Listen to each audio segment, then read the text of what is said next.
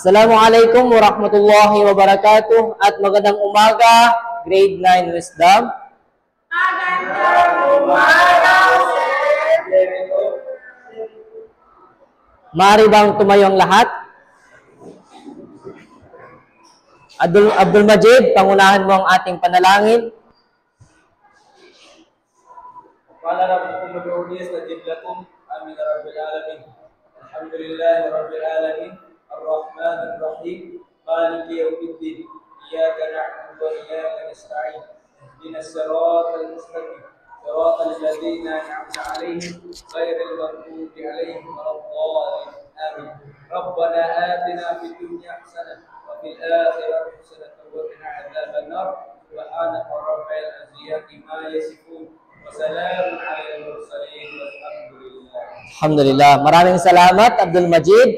Ngunit bago umupo o bago kayo umupo, tingnan niyo muna ang inyong mga upuan, sa ilang upuan, kung may mga basura ba o wala, kung mayroon pakitapon.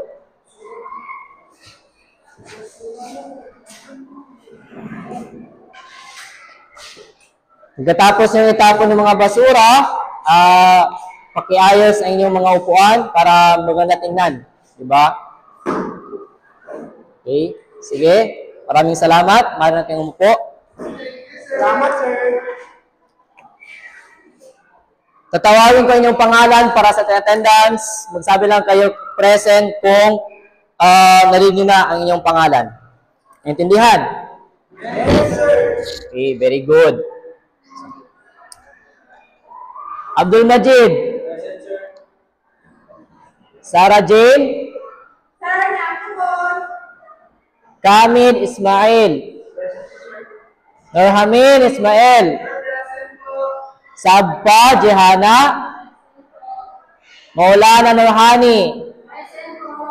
Nurhaina Langgi. Hasan. Jason. Absent. Okay.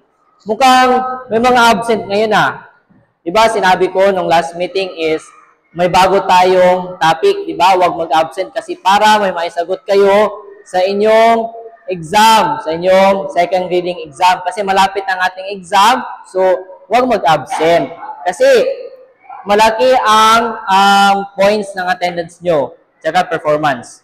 Okay? Bago natin talakayin ang ating bagong paksa is may inihanda ako ditong aktibidad na kung saan ay titingnan natin dito kung natatanda nyo pa ba ang ating tinalakay noong nakaraang araw. Diba? Now, ang aktibidad na ito ay tatawagin nating pagbiyak sa yelo or icebreaker. Ang icebreaker ay tinatawag na 4 na larawan at isang salita or 4 pics, 1 word. Pamilyar naman kayo diba dito sa 4 pics, 1 word class? Yes, sir. Oh. Since pamilyar na kayo dito, nasisiguro kung alam nyo kung anong nilalaman ng larawang binigay ko dito sa harapan.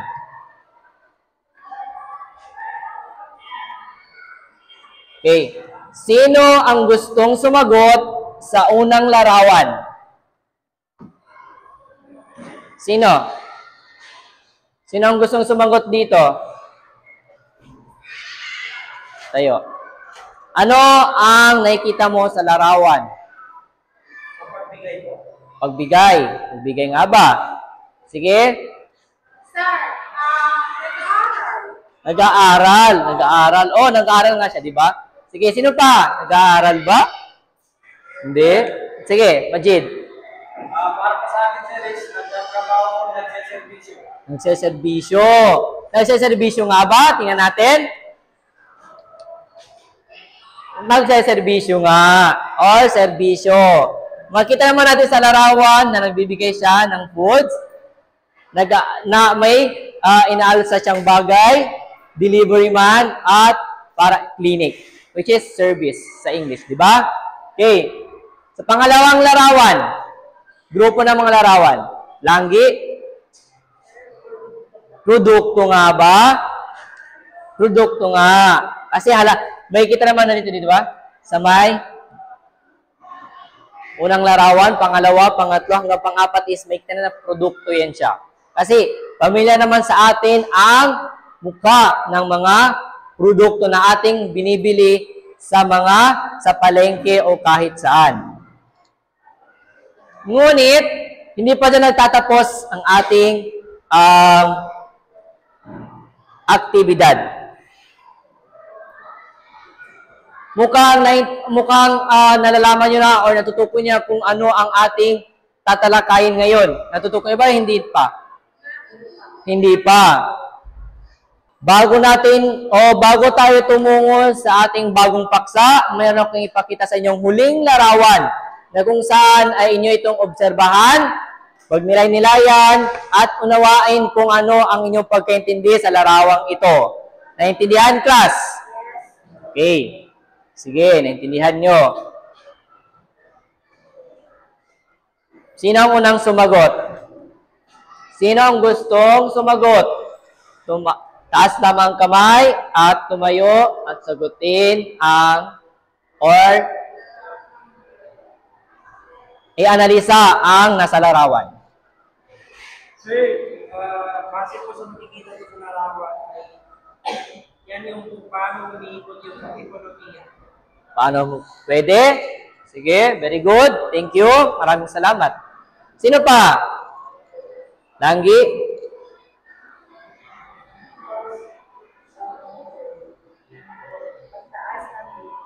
Taas ng bill? Okay, sino pa?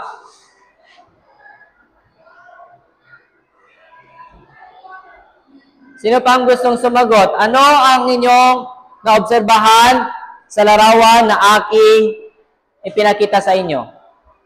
Ayon sa inyong pagkaintindi.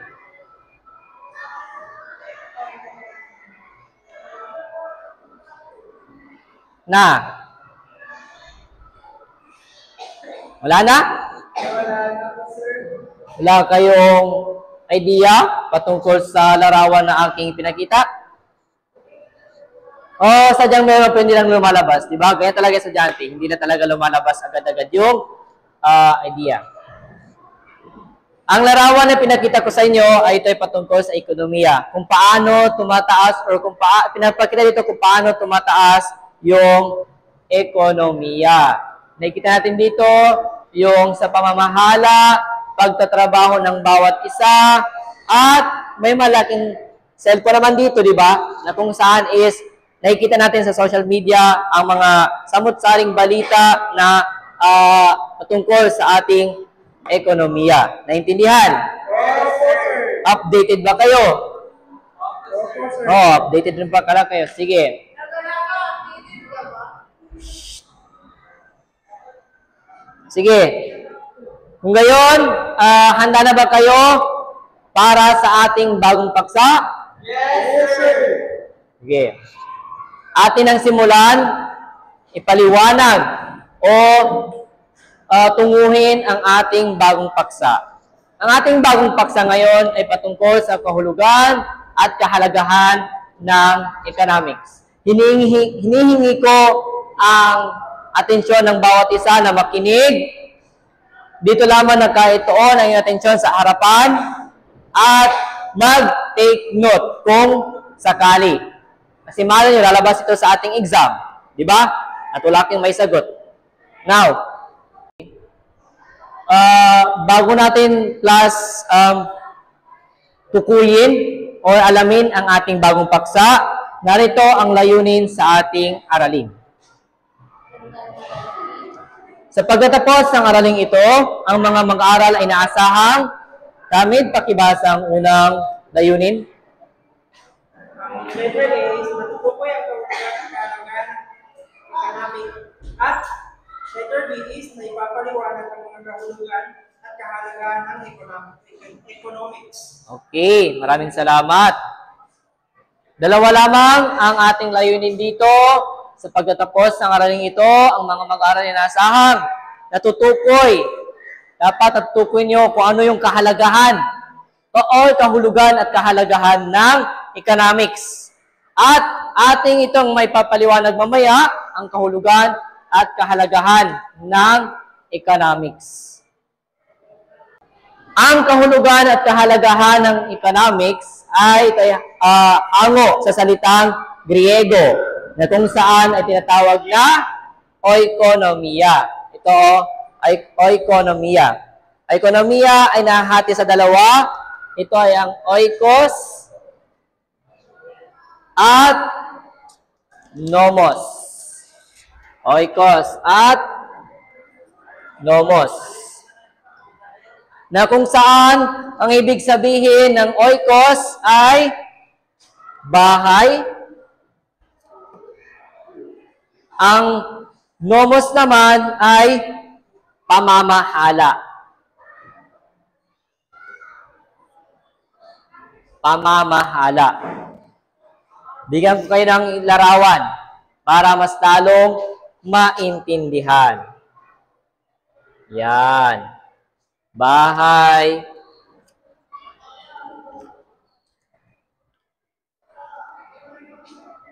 At pamamahala. Familiar ba kayo sa pamamahala, class?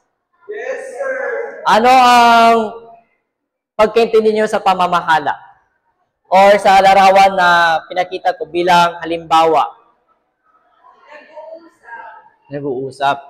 Sa isa. Hindi sila about sa kanilang Kumpanya. Okay, sige. Very good. Thank you. Ulitin ko, ang ekonomiya ay nahati sa dalawang bagay. Ito ay ang oikos at nomos, na kung saan ang oikos ay bahay, ang nomos naman ay pamamahala. Sa makatuwid, ito ay ang pamamahala sa mga gastusin sa loob ng bahay. Okay, ito ay pamamahala. Kung paano mo gastusin ang mga bagay sa loob ng bahay na kung saan is nararapat para sa iyo or para sa inyong pamilya. Ang pamamahala sa mga gastusin sa loob ng bahay ay ito ay binubuo ng 4 na halimbawa. Ang unang-una ay ang lupa sa bahay. Siyempre, before ka magbili ng bahay is dapat may sarili kang lupa. Kasi kapag magpatayo ka ng bahay sa hindi mo lupa, may possibility na tatanggalin yung bahay mo doon, nasisiraan yung bahay mo doon kasi hindi yung sa'yo yung lupa na pinatayuan mo ng bahay mo. So, dapat, before ka bibili ng bahay, isama mo na yung lupa. O, tinatawag nilang house and lot. Diba, class? Sino dito ang nag-rent lang or walang sariling bahay? Okay. Saan ka nagre-rent? Diyan po sa labas ng school po, sir. Bakit malayong bahay nyo? Malayong bahay nyo? Yes, sir. Sino ito ang merong sariling house and lot? Oh, very good. Kasi di ba, yung bahay nyo is stable na doon. Kasi may possibility na sisirain ng may-ari ng lupa yung bahay nyo doon kasi hindi yun sa inyong sariling lupa. Okay. Sunod is bills. Dito na papaloob ang bills sa tubig at ilaw. Sino dito hindi gumagamit ng ilaw? Yung light. Sino dito hindi gumagamit ng light? Wala, lahat gumagamit. Sir, minsan po kapag doon sa amin sa barrio po, hindi namin pinag-asawa. Siyempre sa barrio is, ang kumbaga malayo ang connection, mahirap ang connection ng kuryente, di ba? Bibili ka pa ng mahabang wires para makakonect ka doon sa kabilang bahay. Tapos, gagastos ka na naman. So, dito sa Cotabato City is, lahat naman tayo is nagkakaroon ng bills sa tubig at ilaw. Siyempre, di ba? Like Cotabato Light at sa Metro Cotabato Water District. Di ba? Lahat naman tayo gumagamit ng tubig ng Cotabato, di ba? At every week ay dumadating sa atin ang mga hundreds or thousands sa mga bills na kung saan is nagastos natin yung kanilang tubig at ilaw. At kasama na yun sa gastusin sa loob ng bahay. Okay. Pangatlo is pagkain.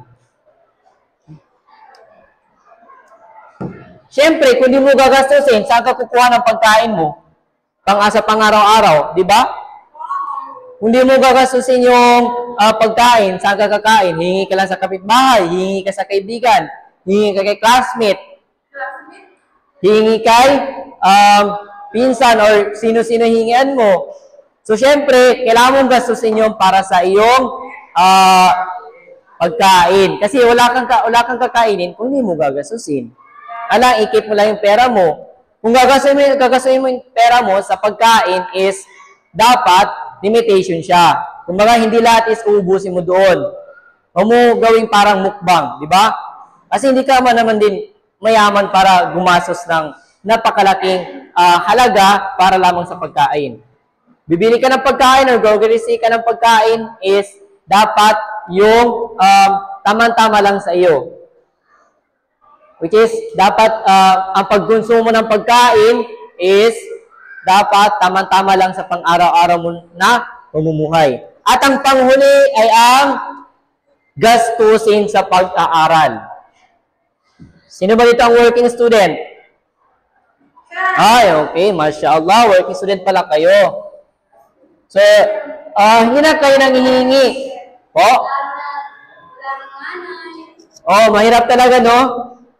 Kapag mga ganong sitwasyon. Ang mga working student is, kumaga, parang nagpupursige talaga sila na makamit nila yung kanilang pangarap. Nagpupursige talaga sila na makapagtrabaho at hindi makaasa sa kanilang pamilya. Hindi ba kayo umaasa sa inyong pamilya? Mga working student, umaasa rin ba kayo? Kumaga, ang hinamin ko doon is, nahihingi pa ba kayo ng kailangan sa kanila? Yes, sir. Hindi na. Ang pangunahing gawain sa economics ay, yes po? Pwede ko mag-excuse? Bakit po? Sige. Sige. Mag-update ka sa GCA para sa exam. Okay? Ulitin ko, ang pangunahing gawain sa economics ay, unang-una, ang pagkonsumo. Ano ba ang tinatawag na pagkonsumo? Ito ay yung paano mo makonsume or paano mo ikonsumo ang iyong mga gawain or mga produkto, halimbawa sa iyong pamamahala sa bahay or sa iyong pamumuhay. Kasi syempre, dapat ka mag-ready or dapat kang ready ng isang produkto or magkonsumo para naman meron kang maihanda sa ibang araw. Pangalawa ay ang paglikha ng produkto at serbisyo. Paano may paglikha ng produkto at serbisyo? Ang paglikha ng produkto at serbisyo, sa produkto ay nakikita natin sa mga ibang kumpanya, paano yung kanilang pag-create ng mga products na ating binibili sa bawat stores, di ba? At serbisyo. Kung may serbisyo ka, kung may trabaho ka, so dapat kang maglaan ng isang pera na kung saan is para meron kang maihanda sa iyong pang-araw-araw na pamumuhay. Naintindihan? Okay. Ang dalawang ito ay kinakailangan ng mga mamamayan. Tayo na mga mamamayan. Sa pang-araw-araw nating pamumuhay. Very good. Okay? Mahalagang maunawaan na hindi lahat. Isap ka pa na? Mahalagang maunawaan na hindi lahat ng hilaw na materyales kinakailangan at sa paglikha at pagkonsumo ng mga produkto at serbisyo ng mga mamamayan ay matatagpuan lamang dito sa loob ng sa loob ng isang lugar o sa ibang bansa lamang, di ba? Or sa isang bansa. Hindi kaya dito mismo sa Pilipinas. Kasi syempre, meron sa ibang bansa o meron ba sa ibang lugar na may mga hilaw na materyales na kung saan ay kinakailangan ng bawat mamamayan or kinakailangan ng mga mamamayan sa kanilang pamumuhay. Inilalarawan ng kalagayang ito ang pangunahing suliranin ng pang-ekonomiya. Ito ay tinatawag nating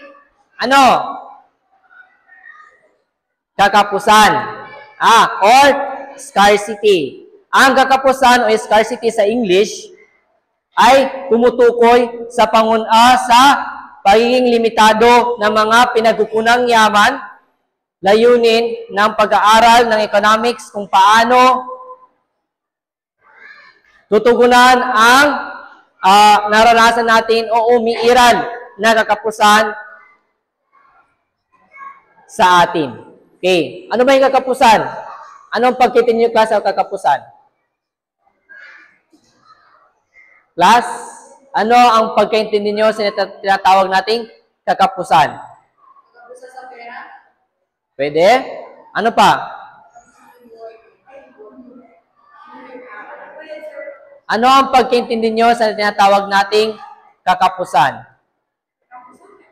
Kakapusan. Ito ay nakapaloob sa ekonomiya. Sir, kahirapan ko? Kahirapan, pwede, okay. Kakapusan, ito ay ating naranasan ngayon, umiiral sa ating ekonomiya. Okay, mahalaga isa-isip natin na ang mga sumusunod na katanungan sa paggawa ng isa pang desisyon o ng isang desisyon, ng isang matalinong desisyon. Unang-una ay anong produkto ang dapat na gawin? Pangalawa, ilang produkto ang dapat na gawin? Pangatlo, paano ito gagawin? Pangapat, para kanino ito gagawin? O para kanino ang mga gagawin? Panghuli, paano ito ipapamahagi sa mga tao? Okay, yun yung mga mahalagang isa-isip natin ng mga 5 katanungan sa paggawa ng matalinong desisyon. Sa puntong ito, kinakailangan ang makabuluhan, epesyente at matalinong paggamit ng mga likas na yaman para sa kapakanan ng mga mamayan sa kasalukuyan at sa mga sumusunod pang henerasyon. Nerpose.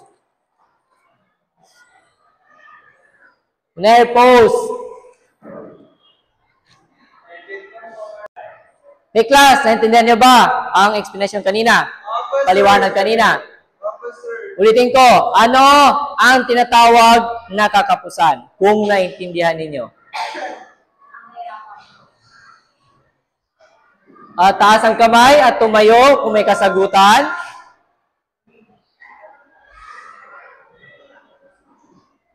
Wala. Sige. Tinatawag na kakapusan ay ito yung ating naranasan ngayon na umiiral sa ating ekonomiya or sa ating paligid, which is yung tinatawag nila na kahirapan. Kasi hindi nila limitahan ang kanilang pagpili ng matalinong desisyon. Di ba? Kaya dito tayo sa kahulugan at kahalagahan ng economics. Ano nga ba ang kahulugan ng economics? Majid, pakibasa ang nasa harapan. Ang economics ay isa sa agang palipunang pinag-aaralan kung paano tutugunan ng tao ang kanyang walang hanggang kagustuhan sa kabila ng limitadong yaman. Ang pag-aaral ukol sa produksyon, distribusyon at pagkonsumo ng mga produkto at serbisyo. Okay. Unang kahulugan or unang meaning ng kahulugan at kahalagan ng economics ay ang economics ay isang agham, panlipunan na pinag-aaralan nito kung paano tutugunan ng tao ang kanyang walang hanggang kagustuhan sa kabila ng limitadong yaman. May kita natin dito or malalaman natin dito kung paano ba natin tutugunan ang ating walang hanggang kagustuhan sa ating pang-araw-araw na pamumuhay sa kabila ng limitadong yaman. Diba? Kasi kahit wala ng pera or kahit kunti lang yung pera niya is bibili pa rin ng mga gusto niya. Mag-order pa rin na kung anong in-order niya. Kung saan is hindi na niya naiisip ang kanyang ihanda para sa kanyang kinabukasan. Kung ano ba ang kakainin niya, kung ano ba ang pwede niyang may provide sa kanyang pamumuhay. Pangalawang kahulugan ay ang pag-aaral ukol sa produksyon. Paano mag-produce, di ba? At distribution at pagkonsumo ng mga produkto at serbisyo. Yun yung paano mo may consume ang iyong produkto. Paano may prepare. Okay. Munir, puso muna.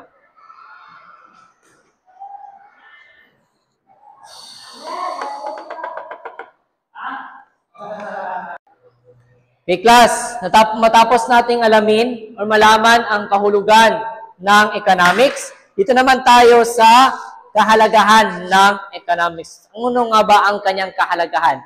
Sige nga, bago natin to tukuyin, bago natin to alamin, ano ang inyong mga opinion patungkol sa kahalagahan ng economics? Sige, huwag kayo mahiya.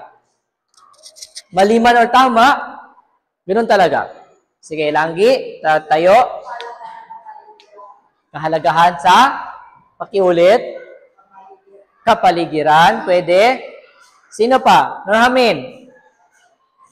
Ano ang iyong pagkaintindi sa kahalagahan ng economics? Sige, tayo. Kahalagahan nito, sir, is ito tungkol sa pang-araw-araw natin pamumuhay, sir. Yung halimbawa yung mga produkto. No?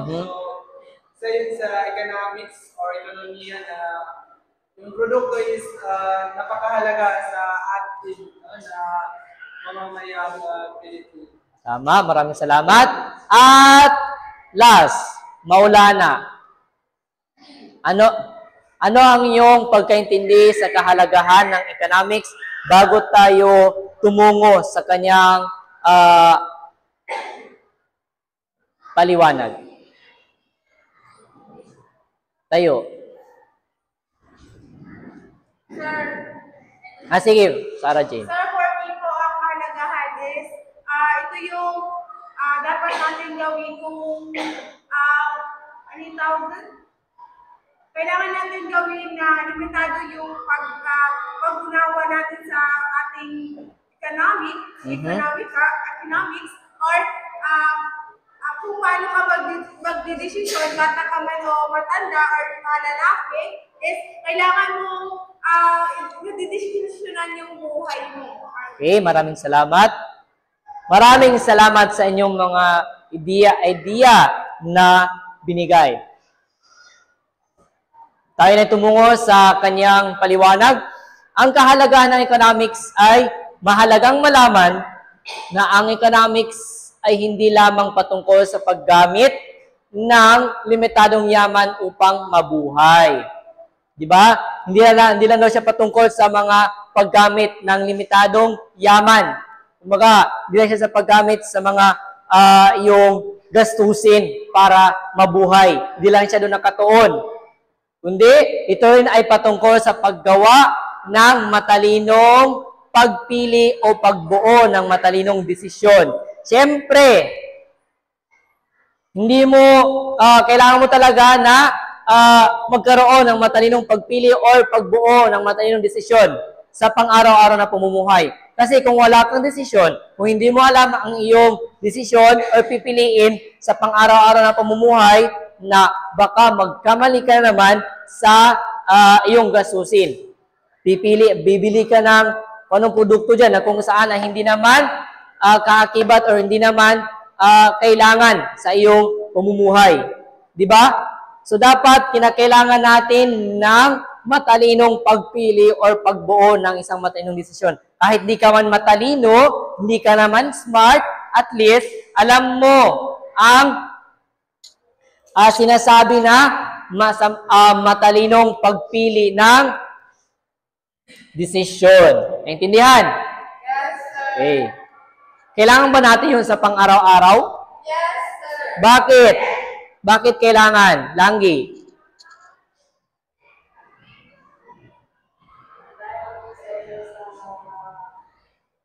Sige, kaya mo yan.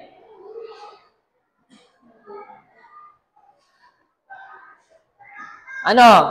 Bakit kailangan natin? Ano yung tanong, sir? Bakit natin kailangan ang tinatawag na pagpili sa matalinong desisyon sa pang-araw-araw na pamumuhay? Sir, para malaman natin kung ano yung gagawin natin sa buhay natin. Okay. Sige.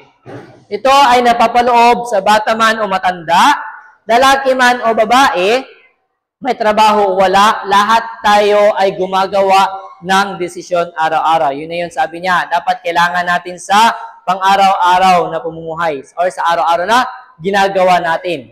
May trabaho tayo wala, nag-aaral ka man o hindi, estudyante ka man o hindi, lalaki o babae, kailangan mo pa rin ng matalinong pagpili ng desisyon. Okay. Paano nga ba makagawa o makabuo ng matalinong desisyon? Upang makabuo ng isang matalinong desisyon, kailangan mo munang malaman kung ano-ano ang mga maaaring pagpipilian o choices. Sa economics, ito ay tinatawag nating ano? Ito ay tinatawag nating trade-off. Okay. Yan ay ang pagpili ng matalinong desisyon. Ang pagpili or pagsasakripisyo ng isa pang bagay kapalit ng isa pang bagay. Matapos kang makapili o isang alang-alang ang isang bagay na hindi mo pinili, sa economics, ito ay tinatawag na opportunity cost.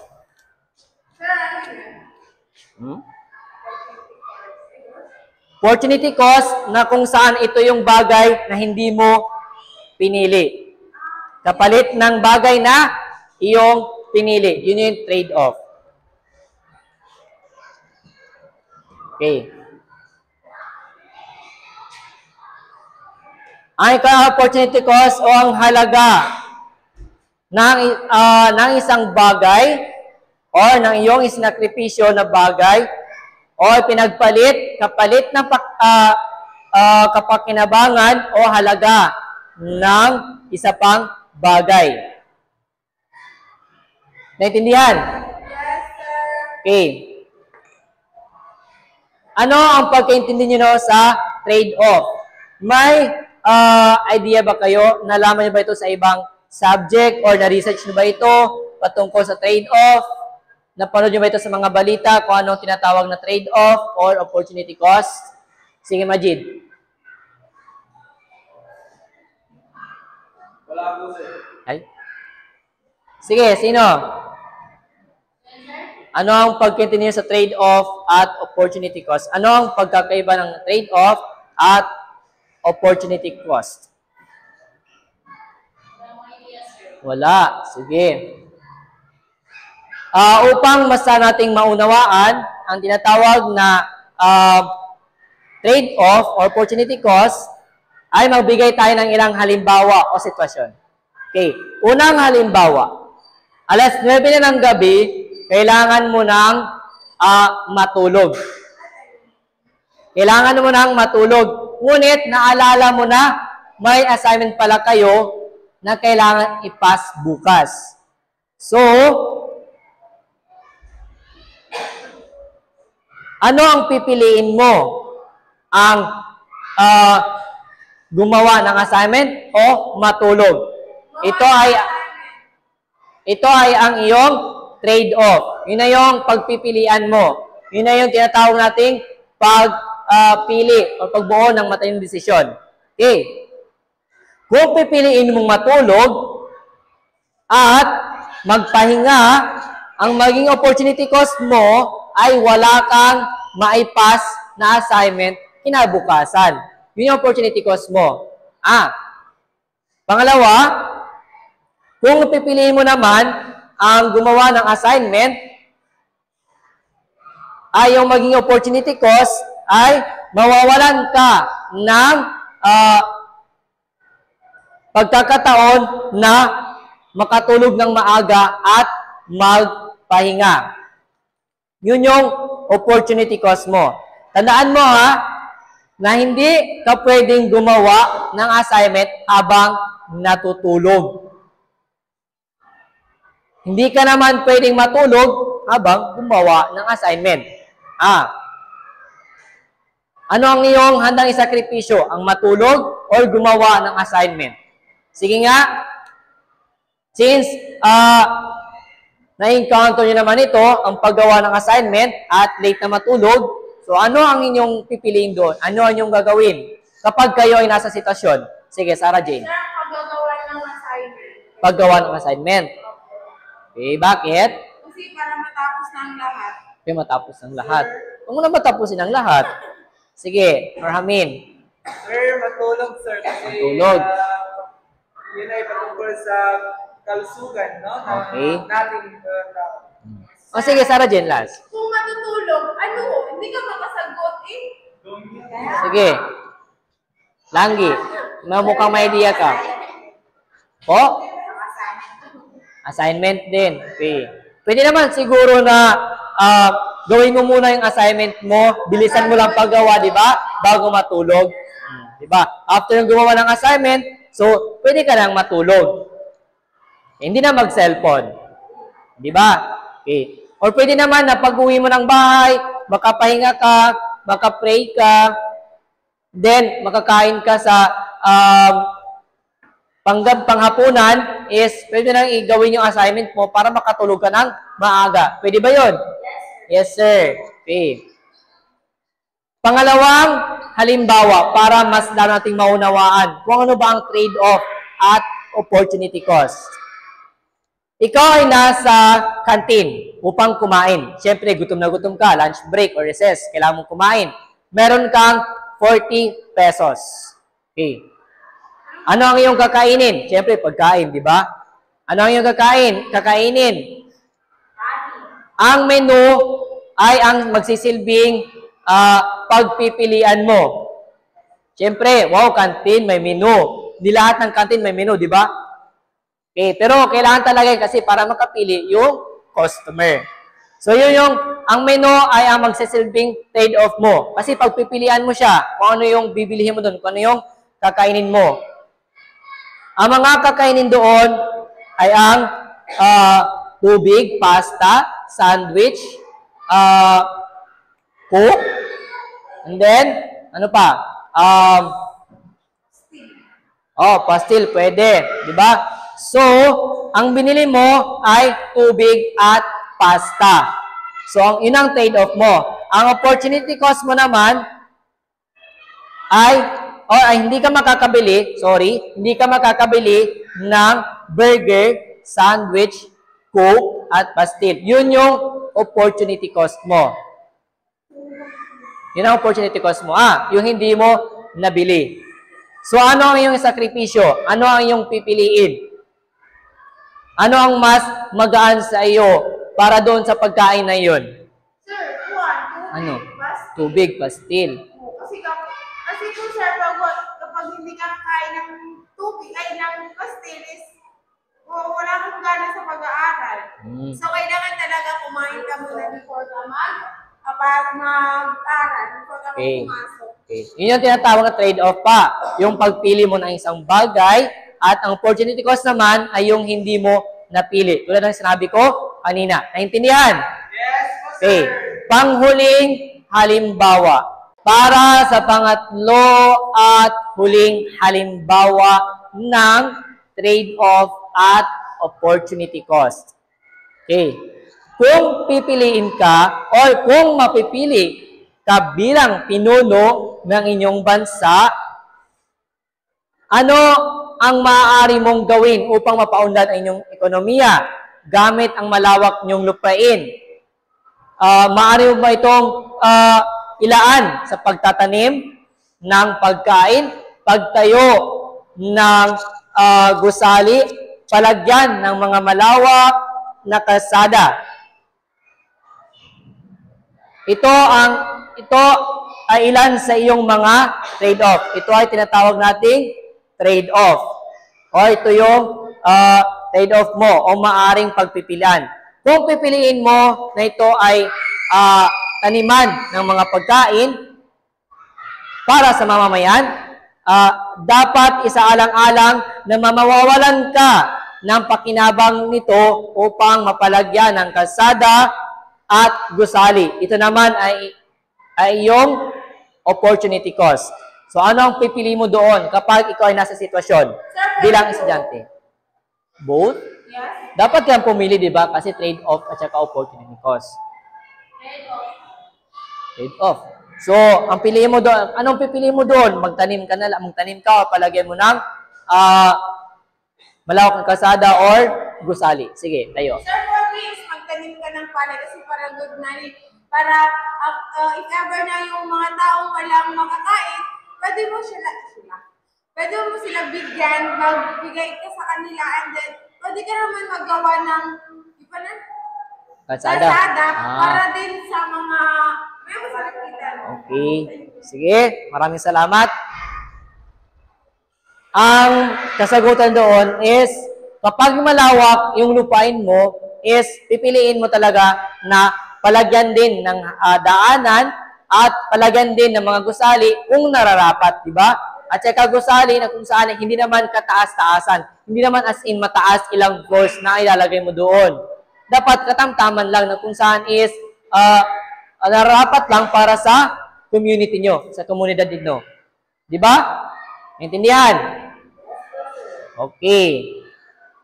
Kaya't isa-isip ang mga mahalang desisyon or konsepto ng economics na ating natutunan ngayon, gaya ng trade-off at opportunity cost. O sa paggawa ng mga desisyon para sa pang-araw-araw na pamumuhay natin. Okay. Class, mukhang wala na kayong lakas. Naintindihan nyo ba ang ating tinalakay? Yes, sir! Sigurado? Sigurado? Yes, sir! Okay. May dalawa akong katanungan dito na ibibigay sa inyo at sasagutin nyo according sa inyong opinion. Okay. Sige, Majid. Tayo. Sa iyong palagay bilang mag-aaral, paano ito makakatulong sa inyong komunidad? Una-una sir is economics is yan yung nagpapalibot o nagpaparami ng kita ng isang community. So bilang estudyante, para sa sigalan ng transportasyon at mga bilihin ay malaking tulong na ito bilang estudyante. Okay, maraming salamat. May iba pa ba?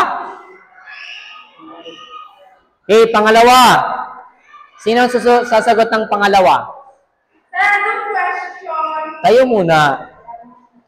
Question mo na bago magtayo. Sige, sino magsagot? Sige, bigay ko na lang ng question mark para makasagot kayo, makaisip kayo. Bilang isang mag-aaral, ano ang iyong pagkaintindi sa ating tinalakay? Sir, ang aming naintindi po sa ating tinalakay ngayon is paano natin gamitin or limitado yung ating buhay at ito rin ay patungkol sa paggawa ng isang matalinong pagpili o pagbuo ng isang matalinong desisyon. Matanda ka man or bata or lahat babae ka man is dapat may trabaho o wala tayong magawa ay ganun desisyon araw-araw. Pero yung pag-desisyon dapat is tamang desisyon. Okay, maraming salamat. Hindihan nga. Okay.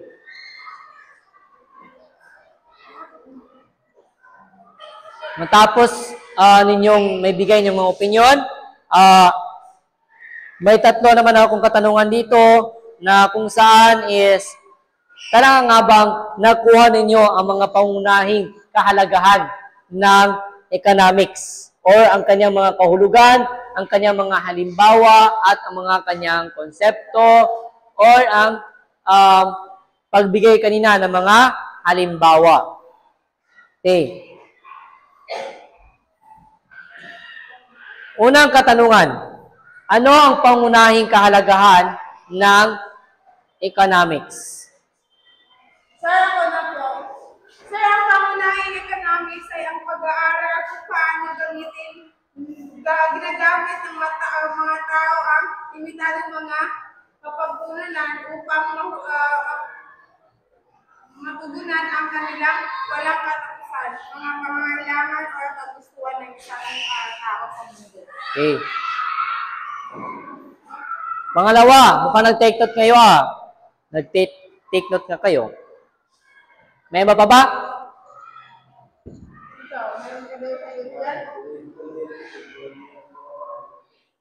Okay.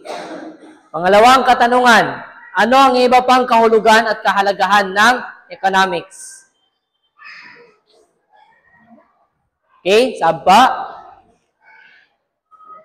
Sa pangkalahatan, ang economics ay isang mahalagang paksa na tumutulong sa atin na maunawaan ang mga desisyon sa ekonomiya at ang mga epekto nito sa ating buhay. Ang pag-aaral ng economics ay makakatulong sa atin na maging mas matalinong mamimili, mas mahusay na mahulugan at mas aktibong mamamayan. Okay. Meron pa ba? Sir, ako po. Sige, Ramin. So, bilang pangkalahatan, sir, ang economics ay isang mahalagang larangan ng pag-aaral na tumutulong sa atin upang maunawaan ang mundo sa ating paligid at gumawa ng mas matalinong mga decisions, sir. Okay. Pangatlo at panghuling katanungan.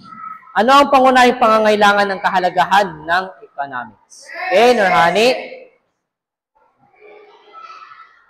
Ang pangunahing pangailangan ng kahalagahan ng economics ay ang pag-unawa sa kung paano gumagana ang mga ekonomiya at kung paano nakaka-apekto ang mga desisyon sa ekonomiya sa ating buhay. Okay, maraming salamat. Ang nag-take note na kayo at nakinig ng maayos. Okay, class, kumuha ng one whole sheet of paper, isang malinis at buong papel. Yellow pad man or white pad, sige lang. Ilagay ang buong pangalan at grade and section at date ngayon. At subject. Huwag kalimutan ng subject. Okay, para sa ating pagsusulit. Okay, narito ang mga katanungan para sa ating pagsusulit. Kung kayo nga ba ay, titignan natin ito kung naintindihan talaga or naunawaan ninyo ang ating bagong paksa. Sige. Unang katanungan, bakit kailangang isaalang-alang ang mga pagpipilian sa paggawa ng desisyon? Okay? Ulitin ko, bakit kailangang isaalang-alang ang mga pagpipilian sa paggawa ng desisyon? Pagsusulit po yan. Alam ko po, pero may tanong lang po ako. Pwede po ang sagot lang yung sasagot, isulat? Hindi po, kasi dapat ilagay yung question kasi para malaman natin kung yung ba talaga o hindi. Okay. Pangalawang katanungan, pangalawa at huling katanungan. Ano ang naging batayan mo sa iyong ginawang desisyon? Naging makatuwiran ka ba sa iyong pasya? Bibigyan ko kayo ng 10 minutos para sagutin ang dalawang kasagutan. 5 minutos lang kasi wala tayong oras may next period pa kayo.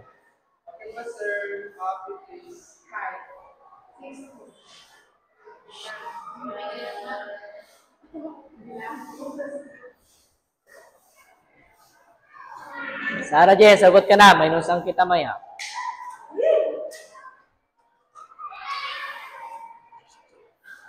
Dapat na ice water ako.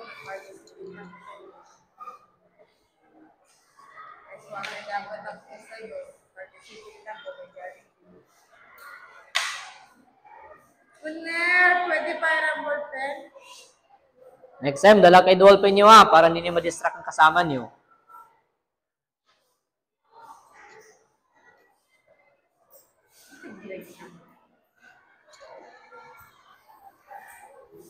Ang haba ng sagot nyo, mas.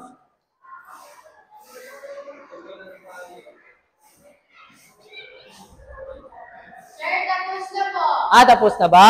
Yun, di pa tapos ang oras natin. I-review nyo naman ang maayos. Sir, madali lang kasi yung tanong mo. Sure ka? Sir, okay na, sir. Tama na sa lahat. Babae naman kami, sir. Ang iba, always tama. Hindi naman belongin dyan. Sige, sagot na kayo. Okay. Ipasa ang iyong papel sa isang tao lamang at pumunta sa harapan. Sarah Jane. Connect mo, Sarah Jane. Ikaw! Pagpiputol. Ano sagot ko? Sa pamamigay ni Sir, salamat. Sir, anong oras po mo yan?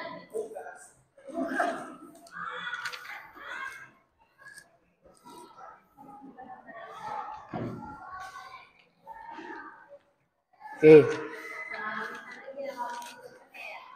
Bago tayo umuwi, tulad ng sabi kanina, tulad ng binigay ko na halimbawa sa Trade of Opportunity Cost, bibigay ako ng takdang aralin.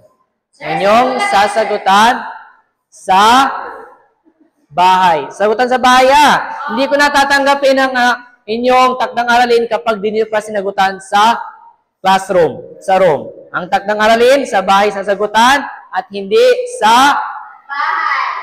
room. Okay. Gamit ang inyong malinis at buong papel. Yellow pad lahat, para uniform kayo, yellow pad ang gagamitin. Hello pa, sir? Opo. Sir, this one, white. White? Sir, kailan po ko na, sir?